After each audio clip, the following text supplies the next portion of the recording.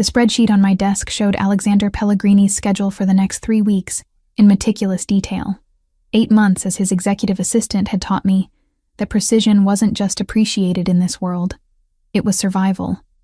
Every meeting, every phone call, every handshake carried weight that extended far beyond business cards and contracts. I adjusted the collar of my cream blouse and reached for my coffee, now cold after 2 hours of coordinating tomorrow night's annual gathering at the Long Island estate.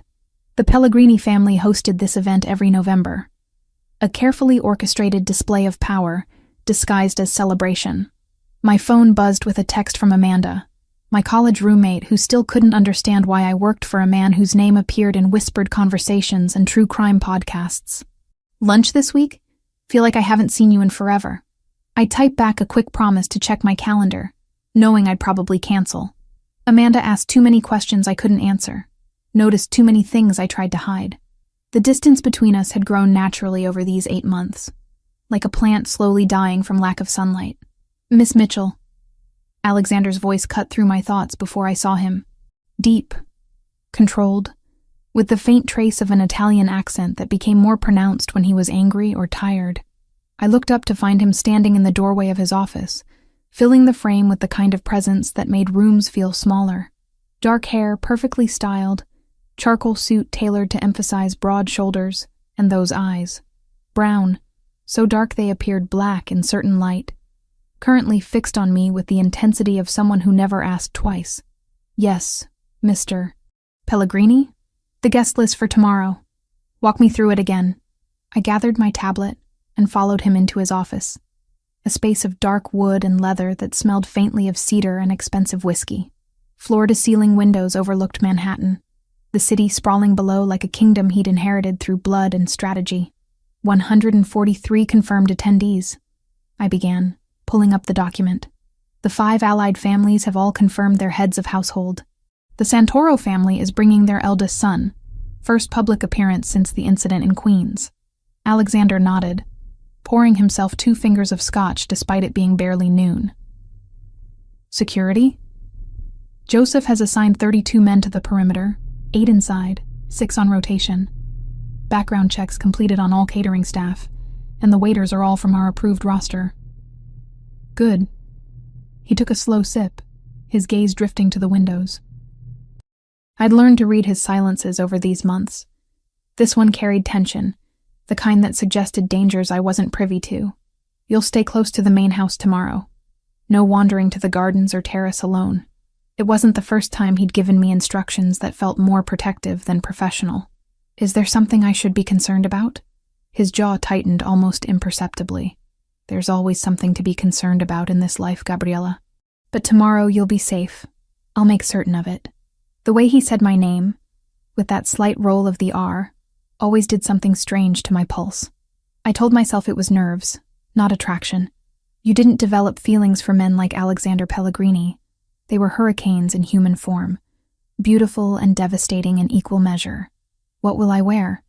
I asked, steering the conversation back to safer territory. He set down his glass and finally looked directly at me. Really looked. The kind of assessment that made me hyper-aware of every detail of my appearance. "There's a dress in your apartment. It should have been delivered this morning." "Wear that." "You bought me a dress?" "I purchased appropriate attire for my assistant to represent me well at an important event," he corrected, but something flickered behind his eyes. "If it doesn't fit or you don't like it, there's a number on the card. The boutique will send alternatives." I should have argued about the appropriateness of my boss buying me clothing. Instead, I heard myself say, "Thank you." The next evening, I stood in front of my bathroom mirror examining the dress that had indeed arrived that morning. Burgundy silk that draped elegantly to mid-calf, with a neckline that was sophisticated rather than revealing. It fit perfectly, which shouldn't have surprised me. Alexander noticed everything. The car he'd sent arrived at 7 sharp. Not the usual black sedan, but a sleek Mercedes with a driver I didn't recognize. The 40-minute drive to Long Island passed in silence while I watched the city give way to manicured suburbs and eventually the gates of the Pellegrini estate. The main house was a study in old-money elegance. Stone facade, sprawling grounds, lights blazing from every window. Valets handled the endless stream of luxury vehicles, while guests in designer clothes climbed the front steps like worshippers approaching a temple. Inside, crystal chandeliers cast golden light over marble floors, and walls hung with artwork that probably belonged in museums. A string quartet played in one corner, while waiters circulated with champagne and hors d'oeuvres that looked too beautiful to eat. I spotted Alexander immediately. He stood near the grand staircase surrounded by older men in dark suits, his posture relaxed, but his eyes alert. He'd removed his jacket, standing in just vest and white shirt with sleeves rolled to his elbows, somehow making formal wear look dangerous. Our eyes met across the crowded room. He paused mid-sentence, his attention locking onto me with such sudden intensity that the man speaking to him actually turned to see what had captured his focus. I felt heat crawl up my neck as Alexander excused himself and began moving through the crowd in my direction. "Miss Mitchell," he said when he reached me, his voice lower than usual. His gaze traveled over the dress, lingering just long enough to make my breath catch. "It suits you. Thank you for the dress. And for including me tonight. You've earned your place here." He gestured to the room. "You know most of these people from calls and meetings. Consider tonight an opportunity to put faces to names." Before I could respond, a tall man with sandy brown hair and striking blue eyes appeared at Alexander's shoulder. Joseph Ferraro, Alexander's closest friend and most trusted capo. I'd spoken with him dozens of times, coordinating security details and message relays. "Alex, the Santoro kid wants an introduction," Joseph said, then turned to me with an easy smile. "Gabriella, you look beautiful tonight. That color is perfect on you." "Thank you, Joseph." Alexander's hand found the small of my back, the touch burning through the thin silk. "Stay where I can see you," he murmured, low enough that only I could hear. Then he was gone, Joseph at his side as they navigated the crowd with practiced efficiency. I accepted champagne from a passing waiter and tried to look comfortable among people whose combined net worth probably exceeded small countries. The evening passed in a blur of polite conversations and careful observations. I noticed the extra security Joseph had mentioned, men in dark suits positioned strategically throughout the house. I noticed the way certain guests clustered together in tight groups, voices lowered. I noticed the undercurrent of tension beneath the elegant facade. "You're Alexander's new assistant." An older woman with silver hair and emeralds dripping from her neck appeared beside me. "I'm Maria Santoro. You've scheduled several of my calls." "Mrs. Santoro, it's lovely to meet you in person. How long have you worked for him?" 8 months. She studied me with the shrewd assessment of someone who'd spent decades reading people. "You're young to be so trusted. Alexander doesn't grant access to his inner circle easily. You must be very good at your job." "I try to be. Or perhaps you offer something beyond scheduling and phone calls." She smiled, but it held warning. "Be careful, dear. Men like Alexander Pellegrini consume everything in their orbit. They can't help it. It's their nature." She drifted away before I could formulate a response, leaving me unsettled. I set down my half-empty glass and moved toward the terrace doors, suddenly needing air. "Gabriella." Joseph appeared at my elbow, his expression apologetic. "Sorry to interrupt your escape attempt, but I've been ordered to keep you entertained while Alexander plays politician. I'm fine, really. You don't need to babysit me. Trust me. It's more pleasant than listening to old men argue about shipping routes." He gestured toward the center of the room where couples had begun dancing to the quartet's waltz. "Dance with me? It'll give the gossips something to talk about besides territory disputes." I hesitated, but refusing seemed rude. Joseph led me to the dance floor with confident grace, one hand finding my waist while the other clasped mine. He was an excellent dancer, leading with just enough pressure to make following effortless. "You're handling this better than most civilians would," he commented as we turned. "This world can be overwhelming." "I'm still not entirely sure what this world is," I admitted. "Alexander keeps certain details deliberately vague. That's for your protection. The less you know about some things, the safer you are." His expression turned thoughtful, though I'll tell you something he'd never admit. "I've known Alex since we were 10 years old, running around these very grounds causing trouble. I've never seen him as protective of anyone as he is of you. Not even—" He trailed off, but I understood. Not even his late wife. The woman whose photograph still sat on his desk in a simple silver frame. He's my boss. It's probably just professional concern. Joseph laughed, the sound drawing curious glances from nearby dancers. Gabriella, I've worked with Alex for 15 years. I know the difference between professional concern and something else entirely. The man watches you like whatever comparison Joseph was about to make died unspoken. His eyes widened slightly, focused on something over my shoulder. Oh, this should be interesting. I felt Alexander's presence before I heard him. The air itself seemed to shift, temperature dropping as he appeared beside us with controlled fury radiating from every line of his body. Joseph. My name wasn't a question. It was a command wrapped in silk. Joseph's hands dropped from my waist immediately. Boss, we were just... I can see what you were doing. Alexander's voice remained perfectly level, which somehow made it more threatening. His dark eyes fixed on me with an intensity that stole my breath. Miss Mitchell, walk with me, now. He didn't wait for agreement, simply turned and headed toward the terrace doors. Joseph gave me an apologetic shrug as I hurried to follow, hyper-aware of the curious stares tracking our progress through the crowd. The terrace was empty, illuminated by strings of lights overhead, and the glow from the house behind us. Alexander strode to the stone balustrade overlooking the grounds, his hands gripping the edge hard enough that his knuckles whitened. Mr. Pellegrini, if I did something wrong, did you enjoy dancing with Joseph? He turned to face me, and the raw emotion in his expression made me take an involuntary step back. This wasn't the controlled businessman I knew. This was something far more dangerous. It was just a dance. He was being polite. Polite. He advanced slowly, each step measured. Joseph was being polite. And you were what? Grateful for the attention? I don't understand why you're angry. Don't you? He stopped inches away, close enough that I could smell his cologne and see the muscle ticking in his jaw. 8 months, Gabriella. 8 months of you in my office, in my space, in my thoughts. 8 months of maintaining appropriate distance while wanting nothing more than to... He cut himself off, jaw clenching. My heart hammered against my ribs. Alexander, do you know how many men in that room watched you tonight? How many looked at you the way they have no right to look at what's mine? The possessiveness in his tone should have alarmed me. Instead, it sent heat coursing through my veins. I'm not yours, I whispered. But the words lacked conviction. He leaned closer, his breath warm against my temple. Aren't you? Then why do you tremble when I'm near? Why does your pulse race when I say your name?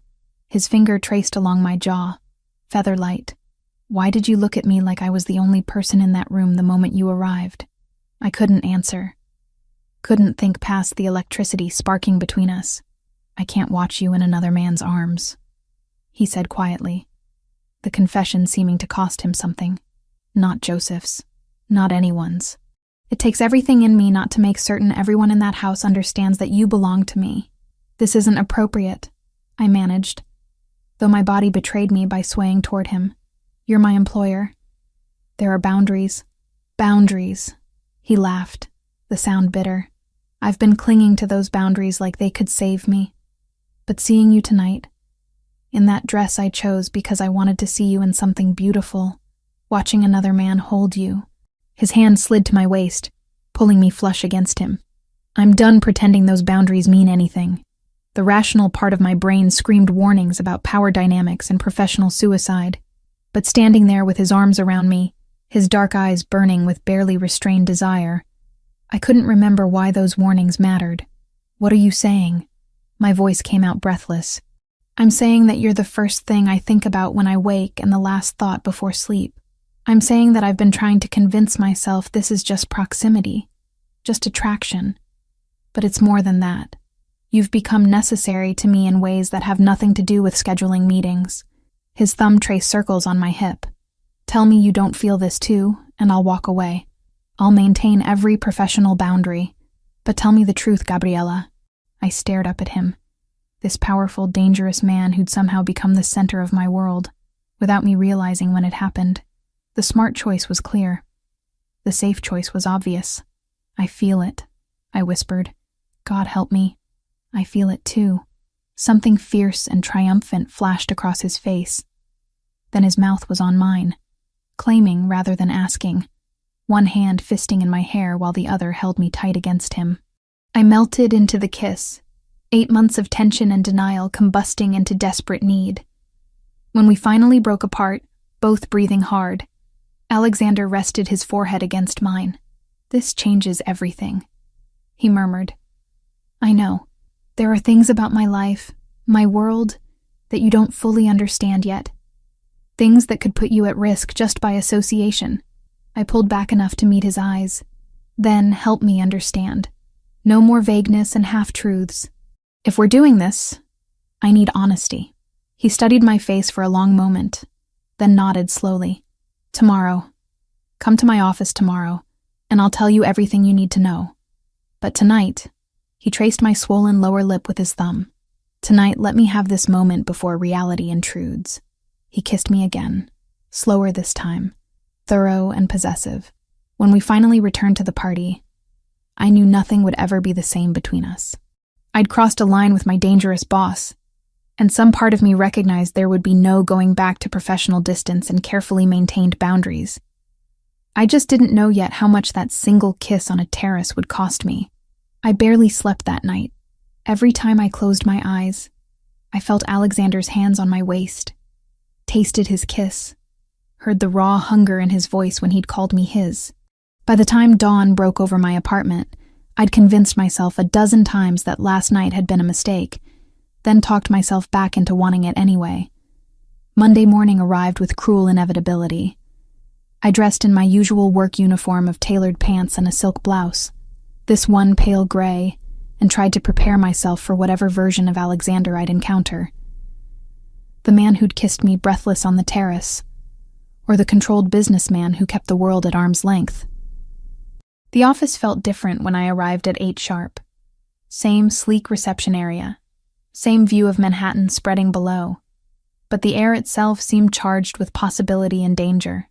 I set my bag down at my desk and booted up my computer, forcing myself into the familiar routine of checking emails and confirming appointments. Alexander's office door remained closed. His calendar showed he'd arrived an hour earlier than usual, which meant he was either avoiding me or dealing with something that required privacy. I suspected both. At 9:15, the door opened. He emerged wearing a navy suit that fit him like armor, his expression carefully neutral. Our eyes met for a fraction of a second before he looked away, jaw tightening almost imperceptibly. "Miss Mitchell, good morning. The conference room should be set up for the 10 o'clock with the investors from Tokyo. Please confirm catering has arrived." Miss Mitchell, not Gabriella. The formality stung more than it should have. "Of course, Mr. Pellegrini. Everything's been arranged." He nodded once and retreated back into his office, the door closing with a soft click that felt remarkably like a barrier being erected. I stared at the dark wood, emotions warring between hurt and understanding. He'd promised me honesty today, explanations about his world and the dangers I didn't fully comprehend. Perhaps this distance was his way of maintaining control until we could have that conversation. The morning crawled past with agonizing slowness. The meeting with the Japanese investors went smoothly, a discussion about expanding wine imports that required my skills as a translator more than my presence. I sat in the corner taking notes, hyper-aware of Alexander at the head of the table. He commanded the room effortlessly, switching between English and passable Japanese, negotiating terms with the kind of intelligence that had nothing to do with formal education.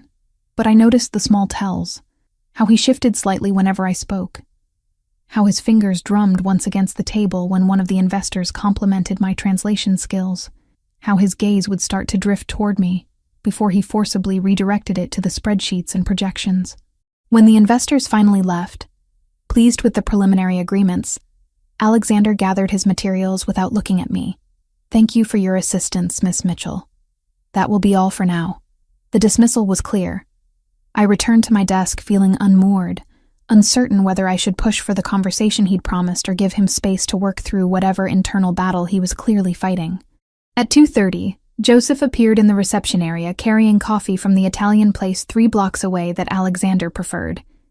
He set one cup on my desk with an apologetic smile. "Peace offering for getting you in trouble last night." "You didn't get me in trouble. I'm a grown woman who chose to dance with you." Yeah, but I knew what I was doing. He settled into one of the leather chairs across from my desk, long legs stretched out. Alex doesn't lose his composure often. Seeing him that jealous was educational. I wrapped my hands around the warm cup. He's barely looked at me all day. I think he's regretting whatever happened last night. He's not regretting it.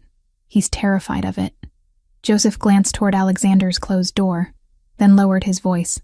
Look, I probably shouldn't tell you this, but you deserve context. 6 months ago, things got complicated. There's a group, Albanians led by a guy named Viktor Krasniki, who've been pushing hard for control of the port operations. 3 people are dead already from the fallout. My stomach clenched. What kind of people? Associates of allied families. One was a cousin of the Santoro kid you met last night. These Albanians, they don't follow the old rules. They're brutal and unpredictable. He took a sip of his coffee. About 2 months ago, they started getting more personal, taking photographs of people close to the leadership. Family members, significant others, anyone who could be leverage. Understanding crashed over me like cold water.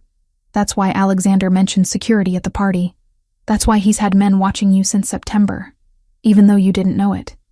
Discreet surveillance to make sure no one from Victor's crew got too interested. Joseph's blue eyes held sympathy. Alex has been trying to keep distance between you for your own protection. Last night when he saw you in that dress, saw me dancing with you, every defense he'd built just crumbled. Why didn't anyone tell me I was being watched? Because you'd have reacted exactly like you are now. Scared, probably angry, definitely questioning whether this job is worth it. He leaned forward. But here's what you need to understand about Alexander Pellegrini. His wife, Sophia, died 4 years ago in what was ruled an accident. Car went off a bridge upstate on a rainy night. But Alex has never believed it was random. He thinks it was retaliation for a deal gone wrong, and he's carried that guilt every day since. My throat tightened. He loved her. He did. And when she died, part of him shut down completely. I've watched him go through the motions of living without actually being alive. Until you showed up 8 months ago with your organizational skills and your stubborn insistence on doing things properly. Joseph smiled slightly. He started coming back to himself. Started caring about something beyond business and revenge. That terrifies him because caring about you makes you vulnerable, and making you vulnerable puts you at risk. I processed this information. Puzzle pieces clicking into place. The overprotectiveness that seemed excessive for an assistant. The way he'd reacted to seeing me with Joseph. The conflict I'd heard in his voice when he'd admitted wanting me. So, what am I supposed to do with this information? That's up to you. But if you're going to be part of his life, you need to understand what that means. This world isn't safe, Gabriella. It's not corporate politics and negotiation tactics. People die when they get too close to power, when they become weaknesses that can be exploited. He stood, straightening his jacket. Alex promised you honesty. When he finally gives it to you, really listen. Then decide if you can handle what comes with loving a man like him. Joseph left before I could formulate a response. I sat at my desk, staring at my computer screen without seeing it. Mind racing with implications. The security I hadn't noticed. The threats I hadn't known existed. The weight of Alexander's past grief and present fear. The afternoon passed in a haze of routine tasks that required no thought. At 5:30, most of the office staff filtered out, heading home to normal lives that didn't include surveillance and territorial wars. I remained at my desk, unwilling to leave without the conversation Alexander had promised. At 6:15, his door finally opened. He stood in the doorway, tie loosened and sleeves rolled up, exhaustion evident in the lines around his eyes. You're still here. You promised me honesty. I'm waiting for you to deliver. Something that might have been respect flickered across his face. Come in. His office had darkened with the setting sun, only his desk lamp providing illumination. He poured 2 glasses of whiskey without asking if I wanted one, then gestured to the sofa in the corner rather than the formal chairs across from his desk. Joseph talked to you, he said, once we were seated. Not a question. He gave me context, background about threats I didn't know existed, and protection I didn't know I had. I took a sip of the whiskey, letting it burn down my throat. Why didn't you tell me? Because knowing makes you a target in ways ignorance doesn't. If Victor's people thought you were just my assistant, uninvolved in anything significant, you'd be safer than if they knew. He trailed off, fingers tightening around his glass. Knew what? His dark eyes met mine with devastating honesty. Knew that you've become the most important person in my life. That I'd burn down half the city before I let anyone hurt you. That losing you would destroy me in ways losing Sophia never did. Because with her, I loved who I was supposed to love. With you, I love who I chose. Despite every reason not to, the confession stole my breath. Alexander, you need to understand what being close to me means, Gabriella. It means security following you places. It means vetting everyone you interact with. It means looking over your shoulder and questioning motives and living with the knowledge that my enemies will see you as my greatest weakness. He set down his glass and took my hand, his thumb tracing patterns on my palm. It means danger that you didn't ask for and don't deserve. And if I said that doesn't scare me, then I'd say you don't fully understand what you're agreeing to. His voice dropped lower. But I'm selfish enough to hope you'll stay anyway. I thought about walking away, about returning to a normal life where the most dangerous thing in my day was rush hour traffic. About finding a job that didn't come with armed security and territorial disputes that left bodies in their wake. Then I looked at Alexander, really looked at him, saw the vulnerability beneath the controlled exterior, the loneliness he'd been carrying for 4 years, the desperate hope that maybe he could have something good despite the darkness he lived in. I'm not going anywhere, I said quietly, but I need you to stop trying to protect me by pushing me away. If we're doing this, we do it together. No more keeping me in the dark about threats. No more avoiding me because you're afraid of what you feel. Relief washed over his features. That goes against every instinct I have. Then you'll have to learn new instincts. He pulled me closer, until I was tucked against his side, his arm around my shoulders. We sat in comfortable silence while night fell completely outside the windows, the city lights spreading below like fallen stars. I need to take you somewhere, he said eventually. Somewhere we can talk without interruption. Will you have dinner with me? Is this a date or a business meeting? The corner of his mouth lifted in something approaching a smile. Does it matter? I suppose not. The restaurant he chose was tucked away in Little Italy, the kind of place without a sign where the host greeted Alexander by name and led us to a private room in the back. Red wine appeared without being ordered, along with bread still warm from the oven and olive oil that probably cost more per bottle than my monthly grocery budget. We talked about everything and nothing. He told me about growing up in this world, how his father had groomed him from childhood to take over the family operations, how he'd tried to go legitimate for a while after marrying Sophia, investing in legal businesses, and distancing himself from the more questionable enterprises. How her death had pulled him back into the darkness because at least there, grief made sense. I told him about my parents who died in a small plane crash 3 years ago, leaving me untethered and searching for purpose.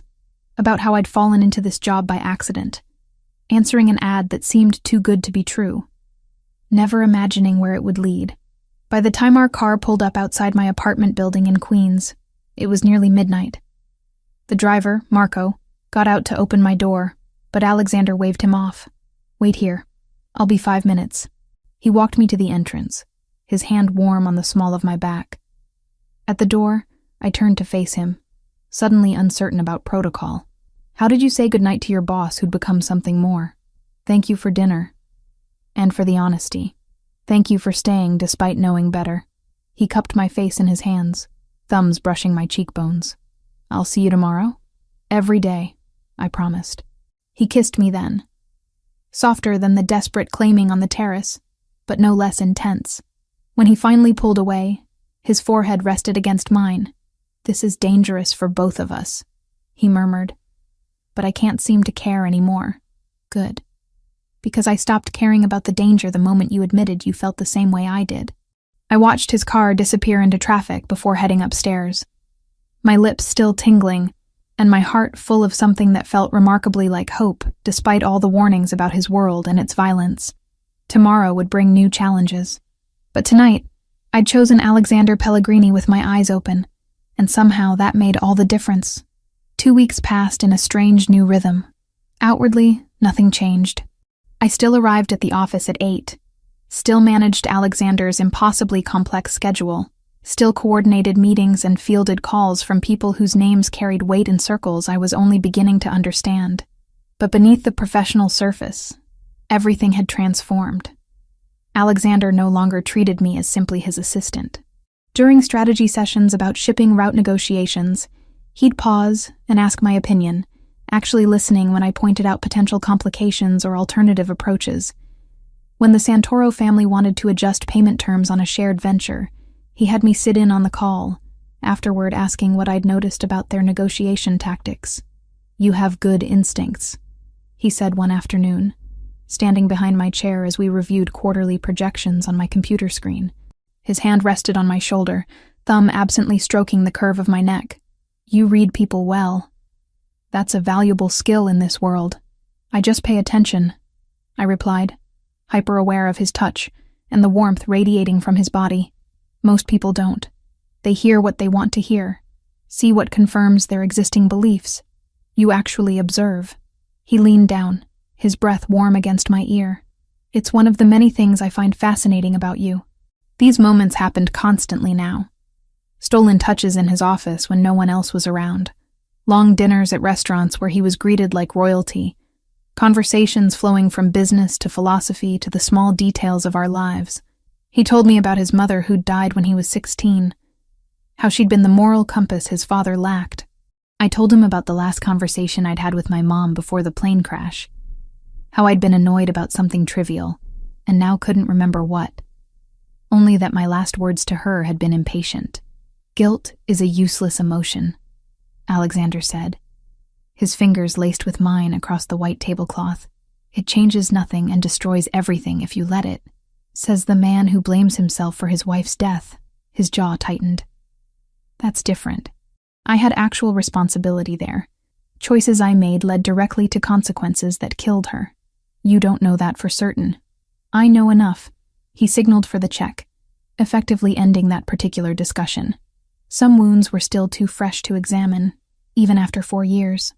On a Wednesday morning, I received an email confirmation that made my stomach drop.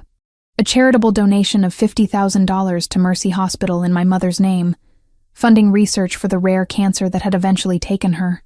The donor was listed as anonymous, but there was only one person who could have known the specific department, the specific doctors she'd been treated by. I walked into Alexander's office without knocking, the printed email clutched in my hand. He looked up from his laptop, reading glasses perched on his nose in a way that made him look almost scholarly. "You donated to my mother's hospital." My voice came out thick with emotion. $50,000 for cancer research. He removed the glasses slowly, setting them aside. "Your mother deserved better care than she received. This ensures other families might have better options." "Alexander, that's an incredible amount of money." "It's nothing." He stood, moving around the desk toward me. "Money means nothing to me, Gabriella. It's a tool, a means to an end. If I can use it to honor someone important to you, that's not generosity. That's basic human decency." I didn't realize I was crying until he wiped tears from my cheeks with his thumbs. "No one has ever done anything like this for me. Then people have consistently failed you." He pulled me against his chest, one hand stroking my hair. "Get used to it." I have no intention of stopping. Thursday afternoon, he appeared at my desk with plane tickets. "We're going to Boston tomorrow. Meetings with potential investors for the legitimate shipping expansion. We'll return Sunday evening." "Separate hotel rooms?" I asked, keeping my voice neutral. Something dark and heated flashed in his eyes. "Separate floors, actually. I don't trust myself with you down the hall. And you deserve better than me showing up at your door at 2 a.m. because I can't sleep knowing you're so close." The confession sent heat pooling low in my stomach. We'd kissed several times since that first night on the terrace. Stolen moments of passion that left us both breathless and wanting more. But Alexander maintained firm boundaries about physical intimacy, insisting I needed time to fully understand what choosing him meant before we crossed that particular line. Boston greeted us with cold November rain and winds that cut through my coat. The hotel was boutique luxury in the heart of the financial district, all modern lines and expensive minimalism. True to his word, Alexander booked himself on the 20th floor, while I occupied a room on the 15th. Friday's meetings were productive but exhausting. Venture capitalists who wanted detailed projections and risk assessments, lawyers who nitpicked every clause in preliminary agreements. By the time we finished dinner with the last group at 9, I was ready to collapse. "Get some sleep," Alexander said as the elevator doors closed, leaving us alone. "Tomorrow's schedule is lighter. Just one breakfast meeting, then the afternoon is yours. What will you do with your afternoon?" "Work. Always work." But he smiled slightly. "Though perhaps I could be convinced to play tourist if you wanted company exploring the city. I'd like that." The elevator stopped at my floor. He followed me out, walking me to my room despite there being no rational need for an escort in a luxury hotel. At my door, he caged me against the frame with his arms, not quite touching but close enough that I could feel his body heat. "I want to come inside," he said quietly, his voice rough with desire. "I want to forget about appropriate timing and rational decisions. I want you in ways that have nothing to do with patience or respect." My breath caught. "What's stopping you?" "The knowledge that you deserve better than a hotel room in a city that isn't home.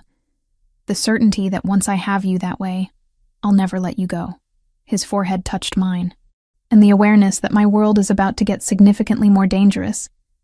And I need you to see that reality before we complicate things further." "More dangerous how?" "Get some sleep, Gabriella.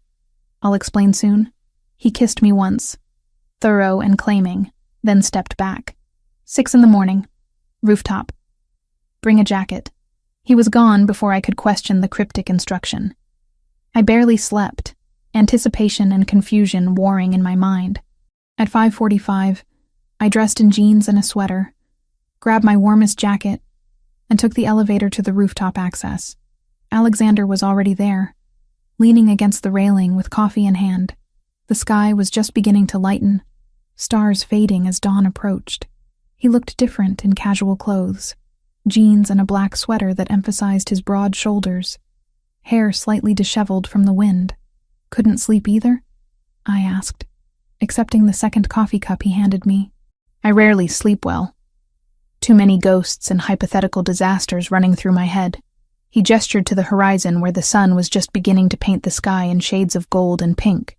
"But sunrise always feels like proof that the world keeps turning despite everything." We stood in comfortable silence, watching dawn break over Boston. Eventually, he began talking, his voice quiet, but steady. "Sophia died on a night like this. Cold, rainy, terrible visibility. She was driving home from a charity event I'd skipped because of business. Her car went off a bridge into the river. They said she drowned before anyone could reach her." His fingers tightened around his coffee cup. "The official investigation ruled it an accident. Wet roads, difficult conditions. But there were details that never added up. Her brake lines showed signs of tampering that the police dismissed as damage from the impact. A witness reported seeing another vehicle following her that disappeared after the crash. You think someone killed her. I know someone killed her. I just could never prove who gave the order or why." He turned to face me fully. "That's the reality of my world, Gabriella. People die for reasons as simple as sending messages or as complicated as decade-old grudges. And the people closest to power are always the most vulnerable targets." I set down my coffee and took his hand. "Tell me about her. Not how she died, but who she was." Surprise flickered across his face, followed by something that might have been gratitude. "She was kind, not in a superficial way, but genuinely good. She saw the best in people even when they didn't deserve it. She believed I could be better than what I was raised to be. Believed I could build something legitimate that didn't rely on fear and violence." "Did you love her?" "Yes. Not with the consuming intensity that poets write about, but with respect and genuine affection. We built a good life together. And when she died, the guilt nearly destroyed me. Not just because she was gone, but because I'd brought her into this world and couldn't protect her from it." The sun had fully risen now, bathing the rooftop in golden light. "Is that why you've been trying to keep distance from me? Because you're afraid history will repeat itself?" I was trying, but I failed spectacularly. He cupped my face in his hands. "You're not Sophia. You don't see me through rose-colored glasses or believe I can be redeemed through love. You see exactly who I am, all the darkness and violence and moral compromise. And you're still standing here. That terrifies me and amazes me in equal measure. I'm not going anywhere, Alexander. Whatever's coming, we'll face it together. He kissed me then, soft and almost reverent, like I was something precious he was afraid of breaking. When we finally broke apart, the city below had come fully awake, traffic flowing like blood through concrete arteries. The return flight Sunday evening was quiet, both of us absorbed in our own thoughts. I'd tried calling Amanda twice over the weekend, an old habit of checking in with my best friend, but both times I'd hung up before she answered, suddenly aware of how much danger simply knowing me might put her in. The realization sat heavy in my chest. Choosing Alexander meant choosing isolation in ways I hadn't fully considered. Monday morning brought the consequences of that choice into sharp focus. I arrived at my desk to find a cream-colored envelope with no return address sitting in the center of my workspace. My name was written across the front in elegant script that somehow managed to look threatening. I picked it up slowly, instinct screaming that whatever was inside would change everything. Inside were photographs. Me leaving my apartment building. Me entering Alexander's office tower. Me at the restaurant in Boston, visible through the window. And most damning, me and Alexander on the hotel rooftop, his hands cradling my face, the kiss captured in perfect clarity. Beneath the photos was a note in a language I didn't recognize, all harsh consonants and unfamiliar letters. But the message was clear, even without translation. We're watching. We know what you mean to him. My hands shook as I carried the envelope into Alexander's office. He was on a call, but took one look at my face and immediately ended the conversation. What happened? I set the envelope on his desk without speaking. He opened it, his expression going completely cold as he examined each photograph. When he reached the note, his jaw clenched hard enough that I could see the muscle ticking beneath his skin. Albanian, he said flatly. From Victor's crew. The message says they'll be in touch soon with instructions. Instructions for what? His dark eyes met mine, and I saw genuine fear there for the first time since I'd known him. For whatever they think will hurt me most. Kidnapping, extortion, or worse. The reality of the situation crashed over me like ice water. This wasn't abstract danger or hypothetical threats. These people had been following me, photographing me, planning whatever came next. The security Joseph mentioned, I said, my voice steadier than I felt. How long have they actually been watching me? Since early September. We noticed Albanian surveillance of key associates and family members. I had Joseph assign protection to you immediately, without telling me, to keep you safe and unaware. If you'd known, you would have reacted differently, been more cautious. They would have noticed and realized you were important. He came around the desk, pulling me against him. This is my fault. I should have maintained distance. I should have kept you out of this. I pulled back enough to look at him. Don't make this about regret or guilt. I need you to tell me everything right now. No more protecting me through ignorance. Who is Victor Krasniki and what does he want? Alexander studied my face, clearly weighing how much truth I could handle. Whatever he saw there must have convinced him because he nodded slowly. Sit down. This is going to take a while. For the next hour, he explained the situation in brutal detail. Victor Krasniki led a faction of the Albanian Mafia that had been trying to muscle into New York territory for the past 2 years. They wanted control of the port operations that 5 Italian families, including the Pellegrinis, had controlled for 3 generations. 3 people had died already in escalating conflicts, including a cousin of the Santoro family who'd been found with his throat cut as a message about respecting boundaries. The Albanians didn't follow the old codes of conduct. They targeted civilians, used excessive violence, and had no respect for the traditions that kept organized crime from becoming complete chaos.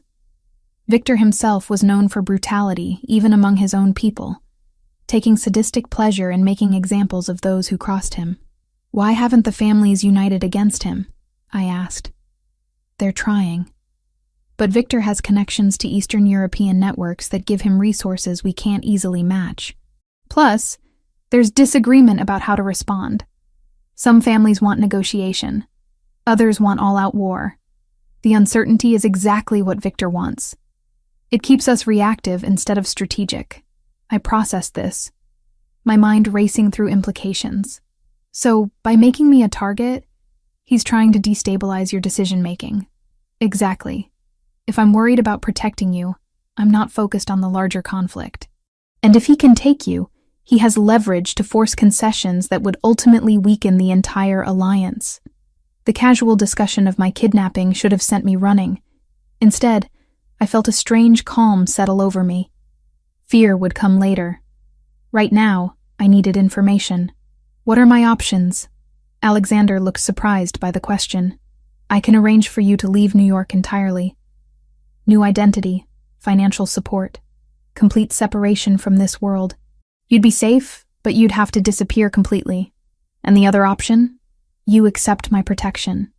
Real protection, not the discreet surveillance you didn't know about. That means moving to a secure location, armed security at all times, and restrictions on your movements until we neutralize the threat. I thought about running, about taking his offer of a new life far from danger and impossible choices. But I'd already fallen too deep into this world, too deep into loving Alexander despite every reason not to. Walking away now would be saving myself while leaving him to face threats I'd become part of. I want the protection, I said firmly. But I have conditions. His eyebrows rose slightly. You're negotiating with me right now? You said I read people well, that I have good instincts. Trust those instincts enough to let me be part of decisions that affect my life. I won't be locked away like some fragile thing that might break. If I'm accepting this world, I'm doing it with my eyes open and my voice heard. For a long moment, he just stared at me. Then something that looked remarkably like pride crossed his face. Agreed. But the security is non-negotiable. Where I tell you to go, you go. If my men say something isn't safe, you listen. I need to know you're protected even when I can't be there personally. I can accept that. He pulled me into his arms, holding me so tightly I could barely breathe. I'm going to end this, he murmured against my hair. Victor and his entire operation. Whatever it takes. Standing there in his office with photographic evidence of surveillance scattered across his desk, I understood I'd just committed myself fully to Alexander's world. The danger was real and immediate. There would be no going back to my ordinary life. No pretending this was just an unconventional relationship with a powerful man. I'd chosen him, and that choice came with consequences I was only beginning to comprehend. The penthouse in Tribeca occupied the entire top floor of a converted warehouse, all exposed brick and floor-to-ceiling windows overlooking the Hudson River. Alexander's men had swept it twice before allowing me inside, checking for surveillance devices and security vulnerabilities with efficiency that suggested they'd done this many times before. The bedroom is through there, Alexander said, gesturing to a hallway. Ensuite bathroom, walk-in closet. Your clothes from the apartment have already been transferred. I turned to face him. Where will you sleep? The study converts. There's a pull-out couch. Alexander, this is your space. I'm not kicking you out of your own bedroom. His jaw tightened. We're not sharing a bed, Gabriella. Not while you're here because of threats rather than genuine choice. I won't blur those lines. The frustration in his voice suggested this was an argument he was having more with himself than with me. I decided not to push. At least not yet. The first few days were awkward. We circled each other like fighters looking for openings, hyper-aware of the forced intimacy. Alexander left early for the office and returned late, bringing work with him that kept him occupied until I went to bed.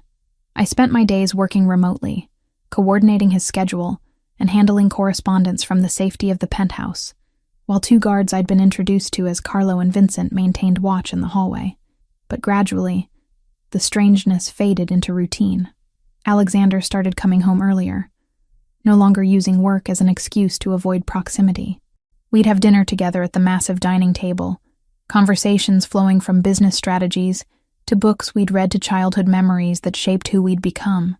My father wanted me to be a lawyer, he said one evening over pasta I'd insisted on cooking myself. Thought having someone in the family with a legitimate law degree would be useful. I lasted 1 semester before he pulled me out to handle a situation that required less legal expertise and more direct persuasion. Do you regret not finishing? He considered the question seriously. I regret not having the choice. Everything in my life was decided before I was old enough to understand what those decisions meant. The business, the responsibilities, the violence. It was my inheritance whether I wanted it or not. but you're good at it. Leading, making hard decisions, commanding loyalty. Being good at something doesn't mean it's what you were meant to do. He reached across the table, his fingers finding mine. Sometimes I wonder who I might have been in a different life. Someone normal who worried about mortgage payments and traffic jams instead of territorial disputes and body counts. You'd be bored within a week. He laughed, the sound surprising us both. Probably true. But maybe I'd have met you in that normal life too. Maybe we'd have had something simpler, without all this danger and complication. Maybe. But I don't think I'd want simple if it meant not knowing you like this. All of you. Including the parts that came from violence and difficult choices. The intimacy between us deepened with each passing day. I discovered he read philosophy before bed, favoring Marcus Aurelius and Seneca. He learned I painted as a hobby, something I hadn't done in years, but found myself returning to with supplies he'd somehow acquired. The third bedroom became my makeshift studio. Afternoon light perfect for capturing the city views in acrylics. But beneath the domestic tranquility, tension simmered. Alexander was conducting an investigation, I realized, watching him during phone calls and video conferences. He'd ask seemingly casual questions about financial details or operational logistics, his eyes sharp as he evaluated responses, testing people, searching for inconsistencies that might reveal disloyalty.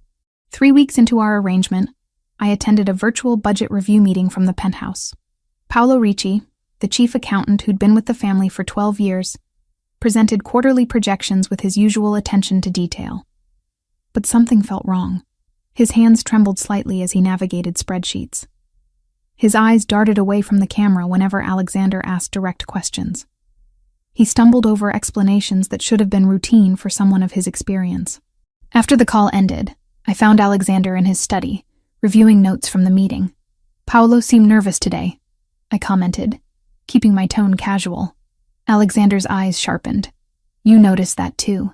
He avoided looking directly at the camera during the discussion about port operations revenue, and he fumbled the comparison between third and fourth quarter projections, which isn't like him. Paolo usually has those numbers memorized. What else? I thought back through the meeting. He mentioned a payment to a shipping contractor I don't remember approving, and I approve all his payment authorizations. It wasn't much, maybe $15,000, but it wasn't in the documentation he sent beforehand. Alexander leaned back in his chair, fingers steepled beneath his chin. "I've been watching Paolo for 10 days now. Small inconsistencies in reports, unexplained meetings with people outside our usual network. I wanted confirmation I wasn't seeing patterns where none existed. You think he's the leak. I think he's being pressured. Paolo has a daughter, mid-20s, who's developed some expensive habits. Gambling debts that keep growing. That kind of vulnerability is exactly what Victor's people exploit. The casual discussion of surveillance and exploitation should have disturbed me more than it did. Instead, I found myself analyzing the situation strategically. If he's being blackmailed rather than acting from genuine disloyalty, he might be convinced to work with you instead of against you. My thoughts exactly, but I need to be certain before I make that approach. If I'm wrong, and he's genuinely turned, confronting him prematurely tips our hand. I moved behind his chair, my hands settling on his shoulders. The muscles there were tight with stress, carrying weight that never fully released. "You'll figure it out. You always do." He reached up, covering one of my hands with his. "Having you here helps. Knowing you're safe while I deal with this. I can focus without constantly worrying about where you are and who might be watching." That evening, I decided to make dinner myself rather than ordering from the restaurant downstairs. The penthouse kitchen was absurdly well equipped, all professional-grade appliances and more cookware than 2 people could ever need. I found pasta and ingredients for a simple sauce, something my mother had taught me years ago. I was humming while the sauce simmered, barefoot on the cool tile floor with my hair pulled into a messy knot, when I felt Alexander's presence. I turned to find him frozen in the doorway, his expression